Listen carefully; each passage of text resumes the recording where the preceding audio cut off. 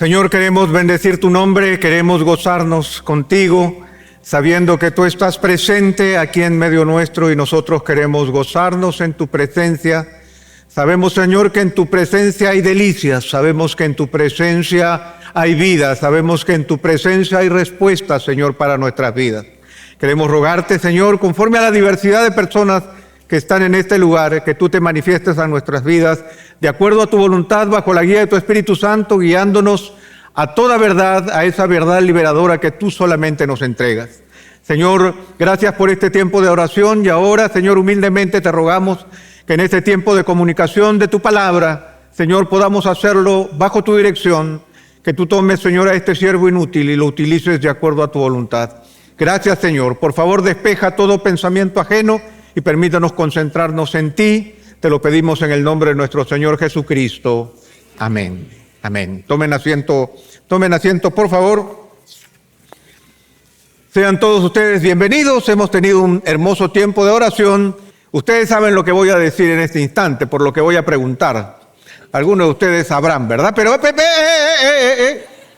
vamos a contar una historia, les voy a contar algo. El día miércoles estábamos aquí, teníamos Santa Cena, yo estaba sentado allá por la provincia de allá atrás, y el pastor Joan agarró y al momento de compartir la palabra dijo, abramos nuestras Biblias, y yo de manera casual, por supuesto, como cristiano, tenía mi Biblia y la abrí en el pasaje que el pastor Joan menciona, y yo de manera muy casual volteé a mirar a las personas que estaban a mi alrededor, y las personas que estaban a mi alrededor saltaron. ¡Ay, pastor! Las conciencias. Entonces, ahora vamos a preguntar, ¿cuántas Biblias tenemos aquí presentes en nuestro servicio dominical? Allá arriba, allá atrás, al último, miren, el último, y allá atrás. Muy bien, todavía faltan algunos electrónicos, pero ya iremos, ¿no es cierto?, reconociendo la importancia de tener un ejemplar de la Escritura. Y déjenme decirles algo que he estado haciendo últimamente, es que a veces nosotros no nos damos cuenta de todo el valor nutritivo que nosotros vamos recibiendo semana a semana a través de la Escritura, en las clases, en los grupos, en las diferentes oportunidades que tenemos de aprender de la palabra de Dios. Y yo he empezado como a marcar en mi propia Biblia, a veces le pongo hasta fecha de los momentos en que los diferentes pastores, siervos, maestros o dentro de nuestra propia vida devocional, el Señor nos va mostrando verdades. Y yo creo que va a servir para que nosotros podamos ir descubriendo e ir manteniendo esa dieta nutritiva que todos nosotros vamos recibiendo. Siempre recordándoles que es importante que tomemos notas, que aprendamos, que mantengamos lo que vamos aprendiendo semana a semana. Bueno, vamos entonces a empezar y en esta oportunidad el Señor me concede una vez más el privilegio por su gracia de estar delante de ustedes y continuar con esta serie que empezó de casualidad y que luego le dimos fuerza y vigor. El Señor espera una meditación sincera que está basada en el capítulo más largo de la Escritura, que es el Salmo 119, y hoy entramos a nuestra sexta sección y estaremos usando 3 versículos de la quinta letra del alfabeto hebreo. Como ya hemos mencionado, el Salmo 119 está dividido en 22 secciones que representan las 22 letras del alfabeto hebreo, y hoy día estaremos empezando con G, que empieza en el verso 33 del Salmo 119. Y ahora estaremos hablando de orando sinceramente por dirección. El Señor en sus diosidencias, ahora que estamos hablando y teniendo tiempos hablando acerca de la oración, nos da la oportunidad de seguir meditando en nuestra responsabilidad de orar delante de nuestro Señor, y justamente el G de la sección del Salmo 119 es básicamente una oración, la oración del salmista pidiendo dirección delante del Señor. Pero permítanme introducir este tema hilándonos y uniéndome a la predicación del pastor Fabio de la semana pasada. Son de esos temas que uno dice que se repita, ¿no? Uno espera y uno dice, ¿el pastor Fabio no viene de nuevo este domingo? ¿No nos puede dar el tema otra vez?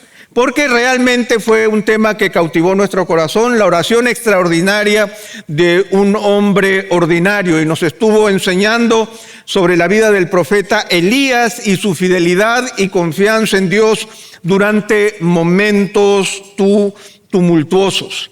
Entonces yo durante toda esta semana estuve en negociaciones con el pastor Fabio. No fueron negociaciones fáciles, había problemas de copyright.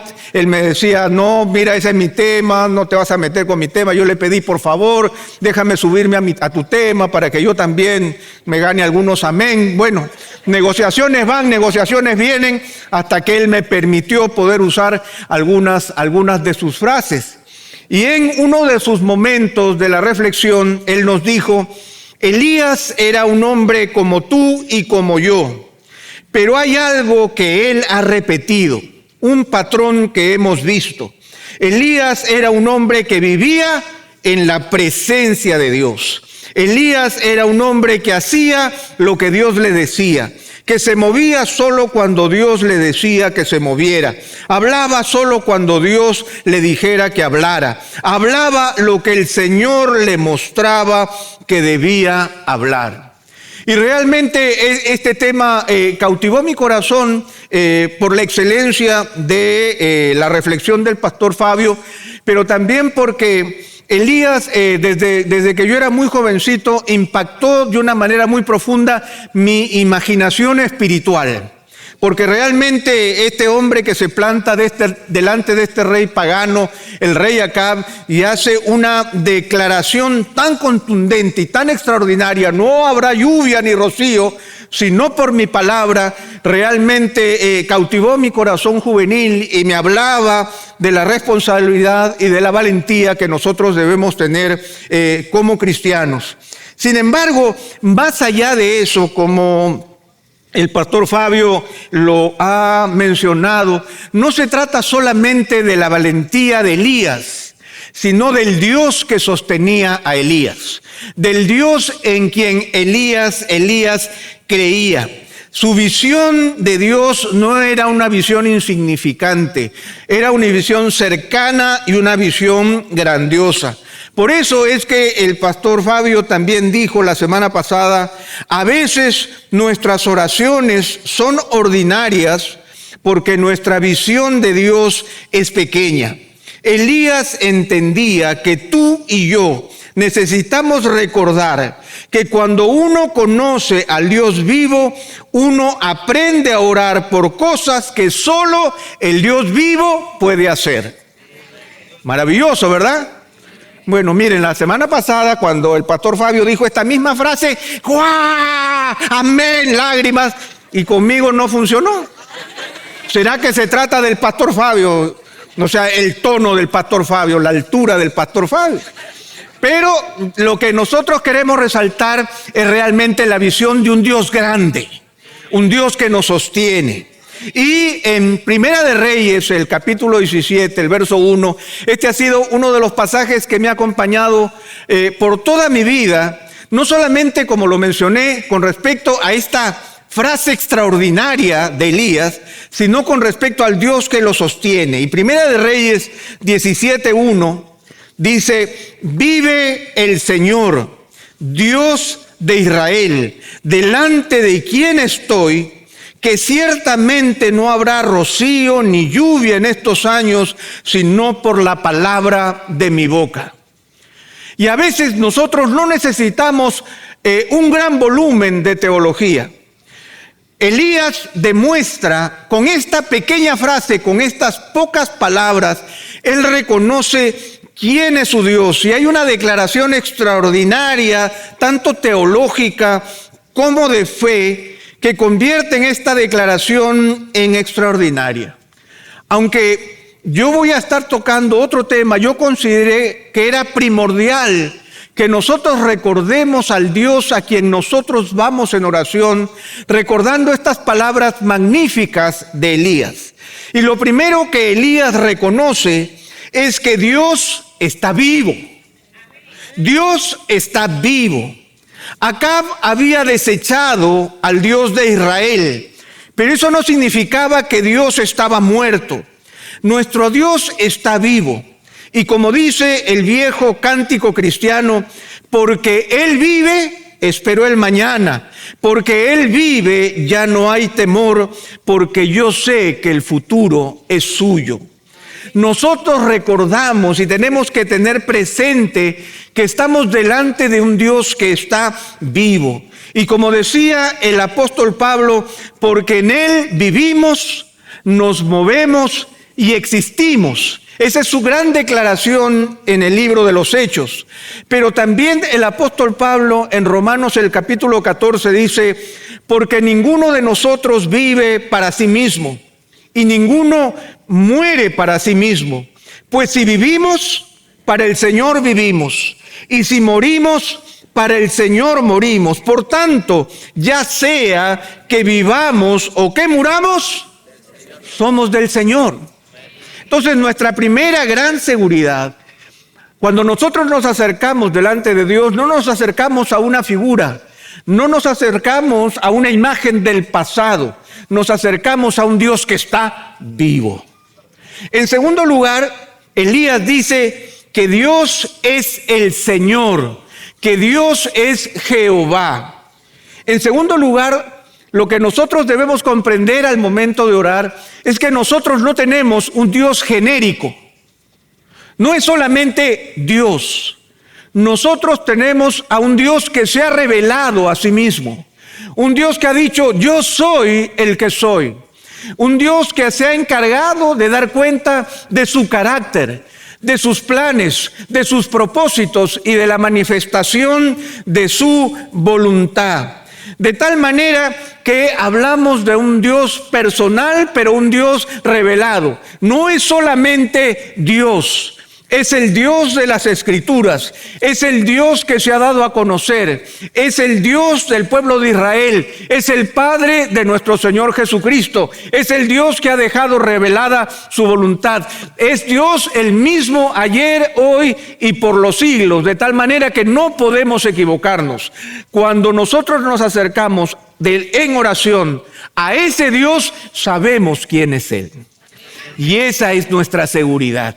Yo sé quién es Él, sé a quién me acerco. Yo no tengo un Dios del que dudo, porque en realidad no sé qué esperar de Él, no sé cómo tomará mis palabras. El Señor se ha revelado y se ha dado a conocer. Pero también es importante observar que ese Dios se presenta de manera majestuosa cuando Elías afirma la realidad de Dios. Él dice, el Dios de Israel. Imagínense esas palabras delante de un Dios, de un rey pagano que acababa de consagrar al pueblo a una imagen, a un ídolo, al Dios Baal. Por lo tanto, lo que nosotros también debemos saber es que nuestro Señor no está pidiendo permiso para entrar en nuestras vidas, como si Él fuera una visita inoportuna a quien yo puedo decidir si le abro la puerta o no. Acá puede ser el rey y puede haber dedicado a Israel a un Dios imaginario e insignificante.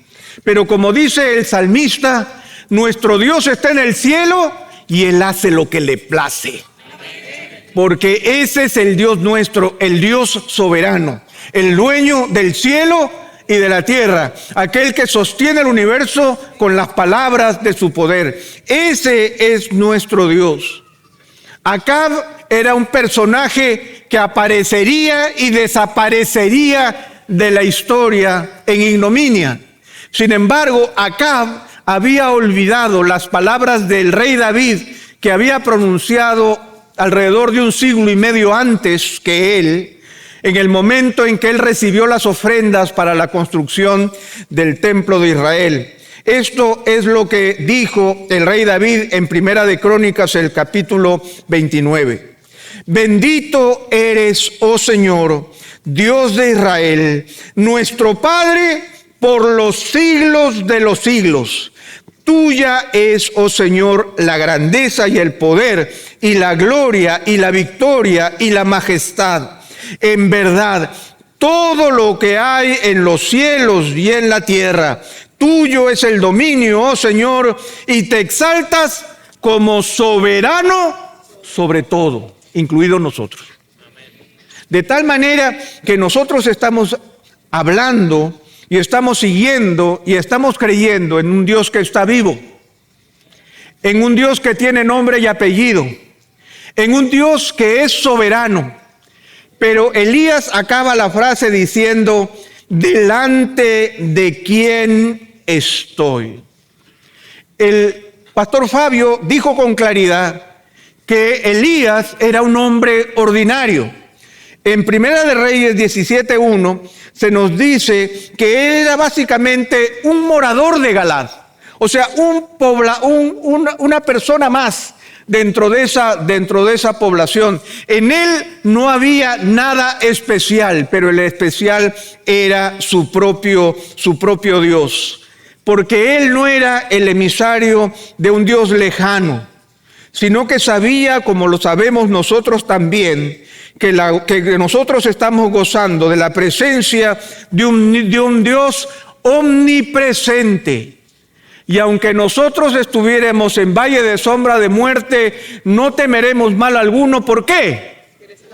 Porque Él está conmigo. Esa es nuestra seguridad. Nosotros tenemos la seguridad de un Dios presente. Y no olvidamos las últimas palabras de Jesús,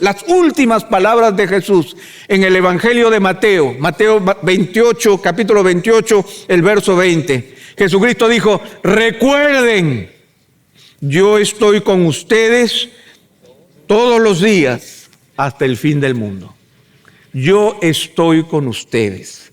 De tal manera que cuando nosotros hablemos de la oración, no hablaremos de nuestra elocuencia, sino que hablaremos del Dios que nos escucha.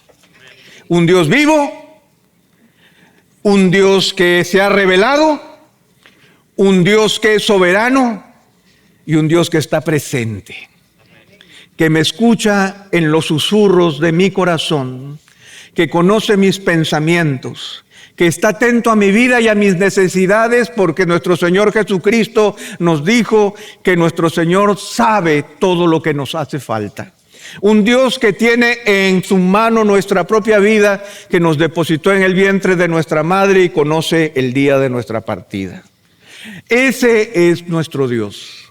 Por lo tanto, sobre la base de ese entendimiento de Dios, es que ahora sí abramos nuestras Biblias en el Salmo 119, que suenen las páginas, y vamos a entrar a esta sección, que es la sección de la letra G, la quinta letra del alfabeto hebreo, y nos vamos a dedicar en esta oportunidad solamente a los 3 primeros versículos, porque el tiempo no nos va a dar para continuar con el resto de los versículos, sino que vamos a hablar en esta oportunidad orando con sinceridad al Señor por dirección.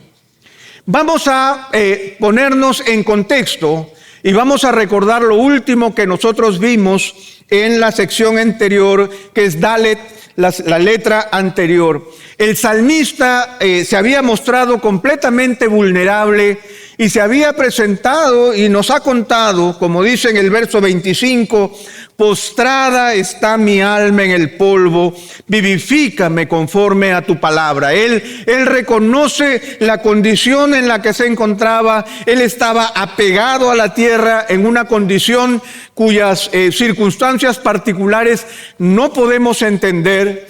Luego él reconoce en el verso 28 que su alma llora de tristeza y por eso le dice al Señor, fortaléceme conforme a tu palabra. Él reconoce su condición, él reconoce lo que la palabra habla de él y él hace una oración pidiéndole al Señor que el Señor ore en su vida.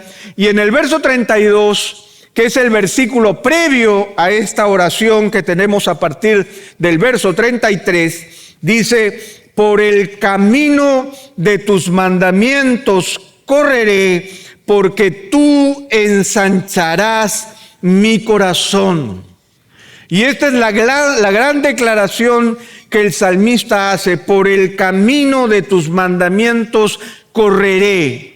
La idea de correr en el pasaje no tiene que ver con una intención de velocidad, sino más bien con una intención de seguridad. El hecho de que él puede correr es porque el camino está dispuesto, porque en el camino no hay tropiezos, porque se trata de un camino recto que el Señor ya ha preparado, porque no hay delincuentes que estén al acecho, porque no hay fieras. Sin embargo, el salmista reconoce que este camino, por el camino de tus mandamientos correré, tiene una consecuencia. Dice: porque tú ensancharás mi corazón, porque tú harás mi corazón más grande, porque tú permitirás, Señor, que tu palabra inmensa pueda penetrar en mi corazón y mi corazón pueda responder con velocidad a aquello que tú esperas de mí. Es una afirmación inmensa, es una afirmación que realmente uno la quisiera aplicar a su propia vida. Yo quiero correr por los mandamientos del Señor. Yo quiero que el Señor me conceda un corazón ensanchado, un corazón ampliado, que pueda recibir lo que el Señor quiera entregarme. Yo no quiero recibir la palabra de Dios a cuentagotas, por decirlo de alguna manera. Yo quiero recibir aquello que el Señor tiene para mí y para eso necesito que el receptáculo de mi corazón sea más amplio. Ahora, el salmista hace un alto, porque estas son palabras mayores. Y él decide hacer una parada técnica. Una parada técnica porque no se trata solamente de correr. Se trata de saber a dónde estoy yendo. No se trata solo de correr. Se trata de saber con qué propósito estoy corriendo, hacia dónde estoy yendo. Y antes de entrar también al versículo 33, permítanme hacer una aclaración necesaria. Es importante reconocer que el salmista que escribe aquí, probablemente el rey David, lo hace en primera persona. Por lo tanto, él lo hace con una disposición particular, con la disposición de presentarse y reconocer que no está hablando en una pluralidad donde él se esconda. Tampoco está hablando desde un púlpito para que otros aprendan. Él está hablando desde su propia realidad, que es una realidad común a todos nosotros, y a pesar de su erudición, a pesar del conocimiento que pueda tener, que es demostrado en este precioso salmo, él se muestra vulnerable y nos dice: yo soy igual que ustedes. Yo necesito tanto del Señor como lo necesitan ustedes. El tiempo que ha pasado no me hace diferente a las necesidades que ustedes están experimentando. Yo también necesito dirección. Yo necesito permanecer en oración. Yo necesito permanecer en la palabra de Dios. Yo necesito seguir conociendo de lo que el Señor quiere para mí. Y por eso es que Él se detiene. Imagínense, dice: por el camino de tus mandamientos correré, porque tú ensancharás mi corazón. Él estaba en la línea de partida de la gran maratón de la vida. Pero en eso él se detiene y dice, yo necesito orar porque yo necesito claridad para saber hacia dónde yo voy a correr. Y hermanos, todos nosotros necesitamos aprender a orar con sinceridad por dirección. Y aquí el salmista, en los versos 33, 34 y 35, él nos presenta tres grandes problemas a los que nosotros nos enfrentamos cuando le pedimos al Señor que nos dé dirección con respecto a nuestras vidas. Nuestro primer problema tiene que ver con el hecho de que nosotros no conocemos con claridad y no podemos definir con claridad las características del mandamiento que Dios tiene para nosotros. A nosotros nos gusta que el mandamiento sea como medio maleable. Un mandamiento que un poco que se ajuste a mis necesidades. Un mandamiento que yo tome de aquí, pero saque de allá. Un mandamiento que se amolde a mi propia realidad. Por eso es que el salmista entiende que tiene que orar en una dirección determinada. El segundo problema que tenemos es que cuando oramos por dirección, siempre estaremos en una encrucijada de caminos. Siempre estaremos en medio de circunstancias difíciles, en medio de personas que nos dicen, toma la decisión ya, decídete ahora, ya, ahora, hay que voltear a la derecha o a la izquierda. Y siempre estamos, ¿cómo obedezco en medio de circunstancias que nos afectan y que a veces hacen que yo no pueda tomar la decisión adecuada? Y lo tercero es que muchas veces a nosotros nos encanta la teoría. Mira, tú tienes que hacer esto, ok. Mañana o pasado mañana, porque no nos atrevemos a dar el paso. Son las tres cosas que ocurren en nosotros de manera permanente cuando buscamos dirección. Tenemos problemas con los mandamientos, tenemos problemas con las circunstancias que nos aprietan y tenemos dificultad para arrancar. El arrancador de nuestra alma siempre está paralizado. Y por eso es que el salmista que quiere correr, que cree que el Señor va a ensanchar su corazón, se detiene y dice, voy a orar. Y le voy a pedir tres cosas específicas al Señor. Vamos a empezar con la primera. Verso 33. Dice, enséñame, oh Señor, el camino de tus estatutos y lo guardaré hasta el fin. Volvamos a leer. Enséñame, oh Señor, el camino de tus estatutos y lo guardaré hasta el fin. ¿Qué es lo que está diciendo el salmista aquí? Ahora nosotros tenemos que, para poder interpretarlo correctamente, yo quisiera que nosotros nos planteemos una tarea. Muchas veces nuestro concepto de aprendizaje o de enseñanza está muy conectado a la instrucción a través de información. Alguien que aprende información. Muchas veces la enseñanza para nosotros está vinculada a un salón de clases, a un pupitre donde estamos sentados con nuestros lápices de colores o con nuestra computadora y con un maestro que está al frente de una pizarra electrónica y que nos está dando diferentes conceptos que yo debo conocer y que yo debo de alguna manera aprender. Sin embargo, la idea de enseñanza para el pueblo hebreo, y tal como aparece en el texto, es menos teórica, menos intelectual y es más experiencial. Tiene que ver con aprender en el camino. Por eso es que el pasaje dice, enséñame, oh Señor, el camino. Ahora, este pasaje, yo estaba tratando de dilucidar qué significa, y en eso me topé con algo que a veces es muy importante, cuando uno descubre la etimología de una palabra, de dónde es que surge esta palabra.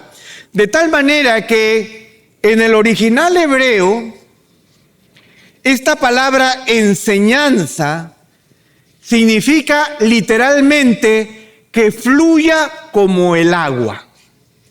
¿Ah? ¿Qué les parece? Rómulo, ¿qué tal? Que fluya como el agua. ¿Qué es lo que está tratando el salmista de decirnos? Yo estoy seguro que todos nosotros, los que vivimos en la isla, en algún momento en nuestra casa o en nuestro departamento hemos tenido un problema. El problema de las filtraciones. ¿Quién no ha tenido un problema de filtraciones?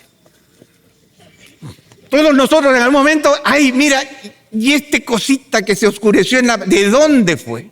Charvela lo sabe, lo ha vivido hace poco, tuvo que desarmar la casa y volverla a armar, porque no había forma de descubrir la filtración. ¿Qué pasa cuando uno lleva a un técnico a la casa para hablar de la frustración? Bueno, la frustración que produce la filtración. No, o sea, yo no me equivoco. Entonces, ¿qué es lo que trae consigo? El técnico te va a decir, mire, en realidad el agua viene del techo, ok, eso obvio, ¿no? Pero el agua siempre encuentra su camino. Eso es lo que te dicen, ¿verdad? El agua siempre encuentra su camino. Ahora, es interesante que la palabra enseñanza tiene que ver con algo que fluye como el agua. ¿Qué significa esto? Que la enseñanza no tiene que ver tan solo con un concepto, sino hacia dónde va, qué dirección toma, cuál es el objetivo, porque la enseñanza siempre fluye como el agua, siempre va en una misma dirección. Y a veces nosotros conocemos el ingrediente o los ingredientes, pero no sabemos cómo convertirlo en el producto final, porque no sabemos qué dirección toma la palabra y el mandamiento de Dios. Se dice que el agua del río siempre corre ¿hacia dónde? Hacia el mar. No es al revés. De tal manera que la gran enseñanza que el salmista nos está dando es que nosotros le pidamos al Señor, Señor, por favor, muéstrame el recorrido de tus mandamientos. ¿En qué dirección van? Muéstrame, Señor, para que yo me acople a esa realidad. Porque muchas veces yo estoy intentando que el agua corra en una dirección equivocada. Porque a veces estoy intentando que el agua vaya hacia arriba, pero el agua nunca va a ir hacia arriba. A veces estoy intentando que el mar entre al río, cuando el río siempre va hacia el mar. Y estoy sufriendo porque conozco el mandamiento, pero no entiendo su propósito. No descubro cuál es su intención. La enseñanza no es información porque la enseñanza no es estática. Una buena enseñanza me da dirección y me señala con claridad cuál debe ser el resultado. ¿Cuál debe ser el resultado? Y esto, hermanos, es algo que nosotros debemos dilucidar en nuestra búsqueda de dirección. Porque cuando el Señor quiere darle dirección a nuestra vida, lo primero que nos va a mostrar es sus mandamientos. Y cuando nos muestra sus mandamientos tienen una dirección, fluye como el agua. De tal manera que yo debo pedirle al Señor, Señor, enséñame el camino. Por eso es que suena tan lógico ahora, enséñame el camino de tus estatutos. Y la idea de camino refuerza este concepto. Porque el camino no es el camino pavimentado con asfalto, sino es el camino que nace producto del tránsito de muchas personas que lo han recorrido antes, que eran los caminos de la antigüedad. De tal forma que, Señor, enséñame o muéstrame el flujo de tu palabra y muéstramelo en el camino, tal como lo han transitado nuestros antepasados. Y hermanos, en estos tiempos en donde todo es subjetivo, en donde la verdad es solo lo que hay en tu corazón, nosotros tenemos que volver a orar con insistencia al Señor. Señor, enséñame el camino de tus estatutos. Porque nosotros queremos torcer la palabra de Dios. Porque queremos hacer que gire para nuestro lado. Queremos doblarla y acomodarla a como nosotros lo imaginamos. Queremos restarle alguna frase. Queremos que los no se conviertan en sí. Que los imperativos no sean tan imperativos, que sean más un anhelo, una sugerencia. Pero la oración del salmista, que es sincera, le dice: enséñame, oh Señor, el camino de tus estatutos. Ahora, no solamente enséñame, que ya lo aprendimos, no solamente camino, que ya lo entendimos, sino que aparece la palabra estatutos. Y es interesante que en el Salmo 119, el autor usa estatutos, preceptos, mandamientos, ley. ¿Por qué usa esa combinación de palabras? Ahora, si nosotros simplemente en español buscamos la etimología de la palabra estatuto, la palabra estatuto viene de una palabra latina que significa mantenerse firme en pie. Es de donde surge nuestra palabra estatua. ¿Cómo es una estatua?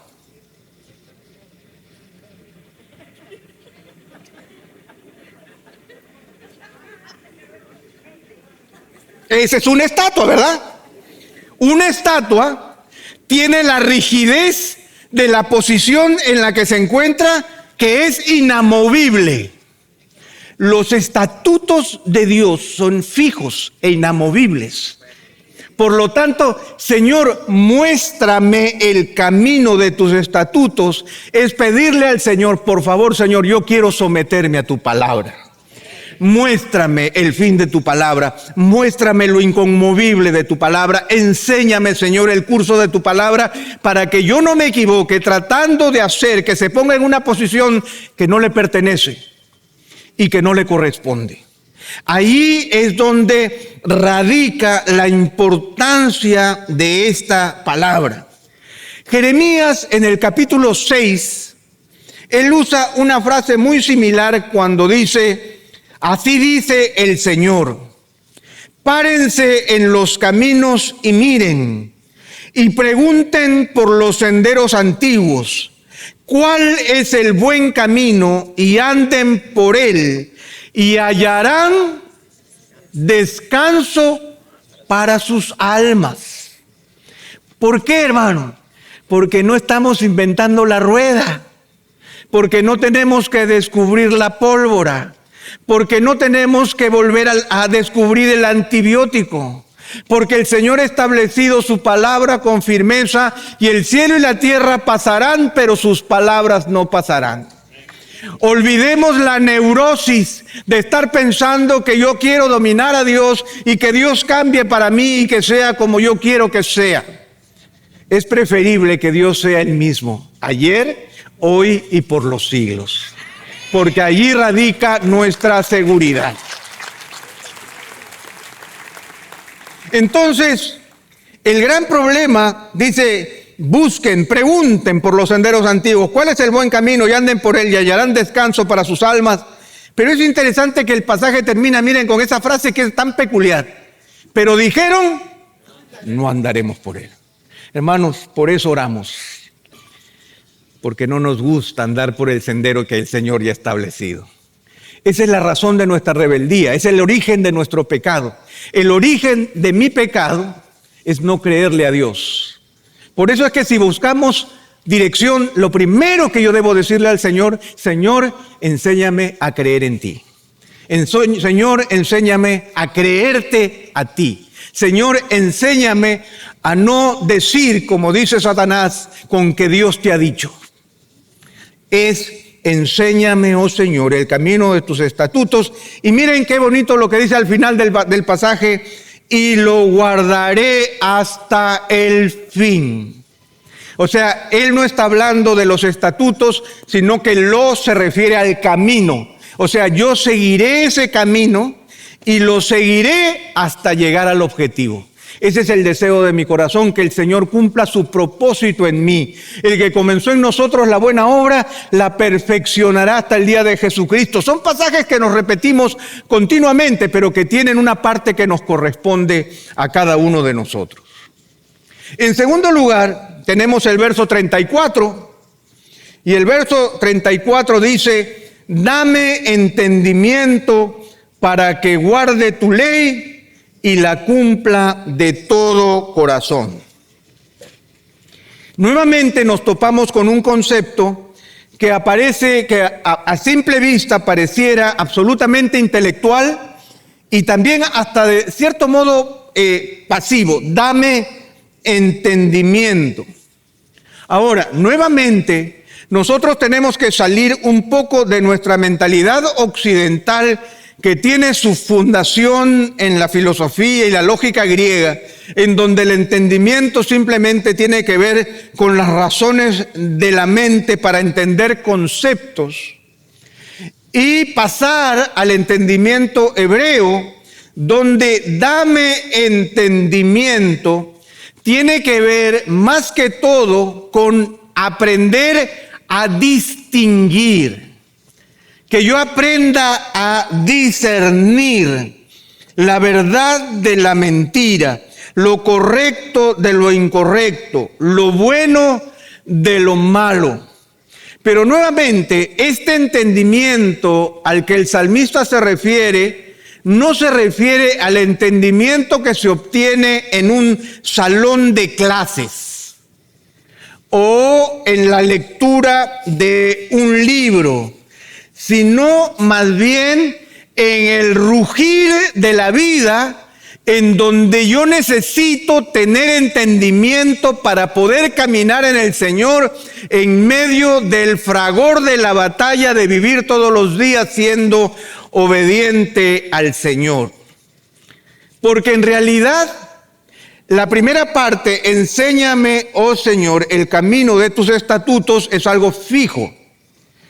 En la segunda parte, dame entendimiento para que guarde tu ley, es algo que está en movimiento. ¿Saben por qué?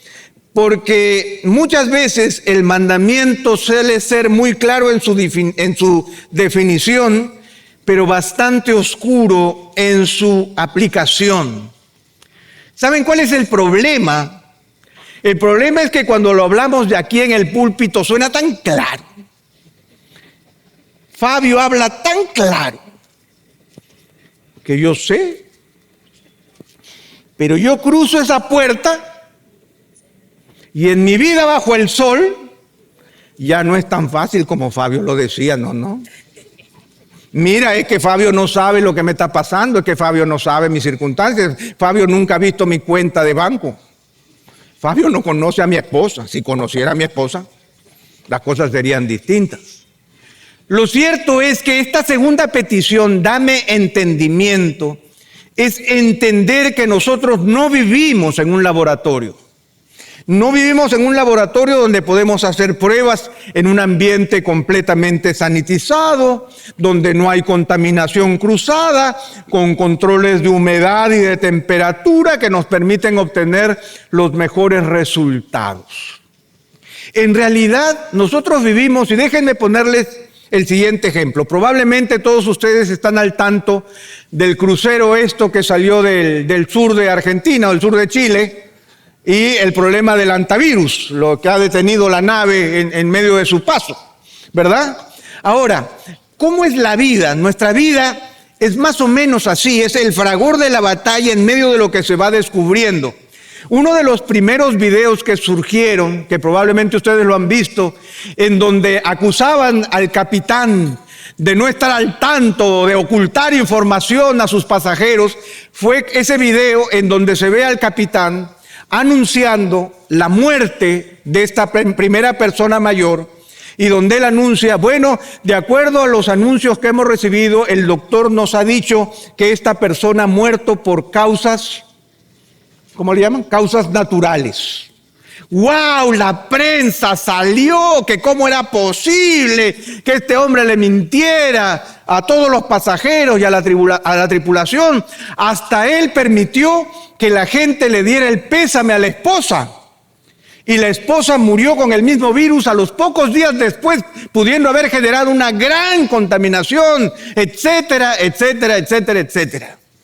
Bueno, lo cierto es que si nosotros vemos el paso de los días, esta primera persona muere el 11 de abril, la esposa muere el 24 de abril y la confirmación del virus fue el 4 de mayo. Hermanos, nuestras vidas también son así. A veces nosotros podemos juzgar las cosas que nos pasan, pero nosotros estamos viviendo diferentes circunstancias, presiones, gente que nos habla, gente que no nos habla, nuestro corazón que siempre es engañoso y estamos tratando de encontrar una respuesta en medio del caminar por la vida. Y es ahí donde el salmista dice, dame entendimiento para que guarde tu ley. Ahora, Señor, ayúdame a poder distinguir lo que yo tengo que hacer en el momento oportuno. Ayúdame a distinguir y discernir la voz de tu palabra en medio de todas las voces que caen sobre mí, en medio de las decisiones que yo estoy tomando. Nuestras vidas, hermanos, lamentablemente, no son vidas limpias. Porque siempre estamos pisando charcos, siempre estamos ensuciándonos las manos, siempre estamos mirando en el lugar equivocado, a veces escuchamos las voces equivocadas, no siempre estamos con el mejor ánimo, no siempre despertamos con el pie derecho, no siempre las cosas suceden como nosotros quisiéramos que sucedan.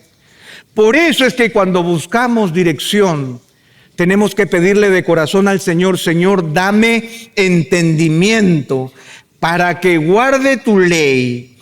Y miren ustedes dónde está la clave de este pasaje, para que la cumpla de todo corazón. ¿Saben por qué? Porque nuestro corazón se duele cuando no podemos obedecer al Señor y lo hacemos a medias tintas. Cuando las circunstancias no me permiten hacer las cosas como debiera hacerlas. Señor, por eso yo te pido, dame discernimiento. Permíteme distinguir en medio de los ruidos, en medio de las luces, en medio de la penumbra, en medio de la oscuridad. Señor, permíteme tomar las mejores decisiones guardando tu palabra y guardándola, Señor, con todo mi corazón. De manera completa, no medias tintas, sino que yo pueda decir que esto no es una obediencia diluida, no es una obediencia borrosa, sino que es una obediencia integral en donde toda mi alma participa. ¿Se dan cuenta cuál es la diferencia? Cuando nosotros buscamos dirección, Señor, muéstrame la firmeza y la dirección de tus mandamientos. Señor, dame discernimiento, ayúdame a entender para guardar tu ley en medio de las circunstancias confusas de mi vida para poder hacer lo que me corresponde hacer con todo mi corazón. Pero lo tercero, y con esto vamos terminando, dice en el verso 35, hazme andar por la senda de tus mandamientos, porque en ella me deleito. Hazme andar. Ahora yo tengo que hacer un retroceso y les voy a hablar a algo que no había dicho hasta este momento. Como ustedes saben, estamos estudiando las diferentes secciones de este salmo que prodigiosamente está escrito basándose en cada una de las letras del alfabeto hebreo. Ahora tocó la letra G, H-E, ¿no es cierto? Lo que ustedes tienen que saber es que las primeras palabras que el autor usa utilizan el G. Ahora, el G tiene una particularidad gramatical muy interesante en el hebreo. El G se usa al inicio de un verbo para convertirlo en causativo. Ya me estoy poniendo interesante ya, a esta hora. Entonces, para convertirlo en causativo. ¿Qué significa esto? Que cuando se pone el G en el verbo y se convierte en causativo, el sujeto no es el que realiza la acción, sino que la hace otra persona por el sujeto. Por eso es que nosotros vemos que dice el verso 34, dame entendimiento, y el verso 35, hazme entender. Pero si nosotros quisiéramos decirlo más literalmente, esta es una oración a Dios para que Dios haga algo en el salmista, para que Dios haga algo en nosotros. Podríamos decirlo así: Señor, haz que aprenda. Señor, haz que entienda. Señor, haz que ande. Esa es la idea. La idea es pedirle al Señor presente, que está vivo, que se ha revelado, que es soberano y que está hoy con nosotros. Señor, haz que yo aprenda el camino de tus estatutos. Señor, haz que yo distinga tu verdad para guardar tu ley. Y ahora lo que está diciendo quizás es la parte más significativa de este pasaje, y que tiene que ver cuando nosotros le pedimos a Dios dirección. Cuando nosotros le pedimos a Dios dirección, lo más difícil es ponernos en movimiento. ¿O no? Ya hasta todo sonó bonito. Toda la teoría está muy bien. Pero ahora, Señor, empújame a hacer lo que tengo que hacer. Y por eso dice, hazme andar por la senda de tus mandamientos. Y esa es la idea. Señor, ahora empújame para ponerme en movimiento, pero no solamente en movimiento, sino ponme en movimiento en la senda correcta, en la senda de tus mandamientos, porque en ella me deleito. Nuevamente, el salmista está poniendo el énfasis, como en el verso 33, no lo puso en los estatutos, sino en el camino. Aquí en el verso 35, el énfasis no está en los mandamientos, sino en la senda, porque en ella me deleito. Lo que se nos está diciendo es que no se trata de cualquier dirección. Se trata de poder transitar por la senda marcada por la que han transitado nuestros antepasados en la fe. Que nosotros podamos reconocer que si vamos a ir en alguna dirección, si el Señor quiere que caminemos de alguna manera, no voy a inventar la rueda, sino que debo empezar a caminar tal como el Señor espera que yo camine. Y la respuesta del salmista es, hazme andar por la senda de tus mandamientos, porque en esa senda me deleito. Porque en ese transitar yo encuentro satisfacción, porque en ese transitar yo encuentro gozo, porque en ese transitar, Señor, no solamente transito siguiendo el ejemplo de nuestros antepasados, sino que yo lo transito contigo. Y ese es nuestro deleite, que si estamos en la senda correcta, ¿quién va a transitar con nosotros? El Señor. Porque el Señor nos va a acompañar a transitar por la senda marcada que Él ha establecido desde la eternidad. Hermanos, cuando busquemos dirección, pidámosle al Señor que nos permita ver la firmeza de sus mandamientos, que nos permita discernir la realidad de su ley en medio de nuestras circunstancias difíciles, y que nos permita dar los pasos que debemos dar por la senda antigua que el Señor ha marcado. De eso se trata. Cuando busquemos dirección, apoyémonos en las palabras del salmista y pidámosle al Señor, Señor, enséñame el camino de tus estatutos y los guardaré hasta el fin. Dame entendimiento para que guarde tu ley y la cumpla de todo corazón. Hazme andar por la senda de tus mandamientos, porque en ella yo me deleito. Terminamos. James Montgomery Boyce, un famoso teólogo, maestro y pastor del siglo XX, comenta con respecto a este pasaje y me gustó mucho y quise ponerlo literal para que ustedes también lo disfruten conmigo. Él dice: vivimos en una era de constantes innovaciones. Se considera que todo lo antiguo es malo y lo bueno es nuevo. Incluso los productos antiguos se venden dándoles un nuevo aire o imagen. Él puso 2 ejemplos, yo los actualicé, para que sepan que los he actualizado. ¿No? Ahora se habla del nuevo Toyota Cross. Se habla del nuevo y mejorado Colgate. Tendemos a pensar así también debido a nuestro entorno cultural. Este salmo nos recuerda que el camino del Señor no es nuevo ni novedoso, sino el antiguo camino establecido que el pueblo de Dios ha recorrido desde el principio de su relación con la humanidad. En cuanto a la vida cristiana, no somos innovadores, somos imitadores fieles. Queremos ser como quienes nos precedieron y caminar como ellos caminaron. Queremos ser como Abraham, como Moisés, como David, como el apóstol Pablo, como los reformadores, como los puritanos, como los grandes personajes de nuestro tiempo.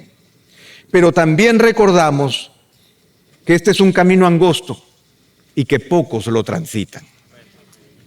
Lo que debemos saber, hermanos, es que cuando escogemos buscar la dirección de Dios, no estamos hablando de popularidad, sino de fidelidad. ¡Aleluya! Queremos caminar delante del Señor porque Él es fiel y Él es el mismo ayer, hoy y por los siglos, y porque Él quiere que transitemos por las veredas que Él ha establecido en su santa voluntad, que es buena, agradable y perfecta. Si tú estás buscando dirección en tu vida en algún asunto particular, pídele al Señor en este momento: Señor, ayúdame a poder tener claridad y firmeza sobre tus mandamientos. Ayúdame, Señor, en medio de las muchas voces, consejos y desconsejos que recibo, en medio de las circunstancias difíciles, ayúdame a distinguir tu ley para guardarla con todo mi corazón, con todo el corazón. Y, Señor, ponme en movimiento, pero no me pongas en movimiento en cualquier lugar. Ponme en movimiento en la senda antigua que ya todos tus siervos han transitado, porque yo me deleitaré en ella, porque tú transitas conmigo. Señor, yo quiero darte gracias por este tiempo que hemos compartido tu palabra. Gracias, Señor, por esta oración magnífica de dirección que nos guía a todos nosotros, Señor, a buscarte con todo el corazón. Ayúdanos, Señor, para que en los momentos difíciles, porque en todo tiempo estamos buscando dirección, para todas las circunstancias de nuestra vida estamos buscando dirección. Señor, que no escojamos los caminos fáciles de las sendas anchas, Señor, y las grandes carreteras por donde transita la humanidad. Que busquemos, Señor, esos caminos angostos y pequeños, porque Jesucristo es el camino, la verdad y la vida, y nadie va al Padre si no es a través de Él.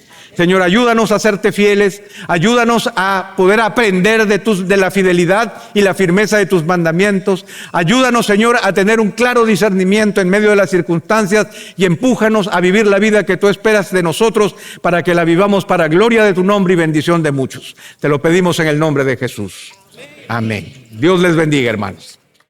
Gracias por acceder a este recurso. Espero que haya sido de gran bendición para tu vida. Te sugiero que te suscribas a este canal de forma que tú puedas recibir notificación la próxima vez que hayamos subido un nuevo recurso que pueda servirte de instrucción y bendición.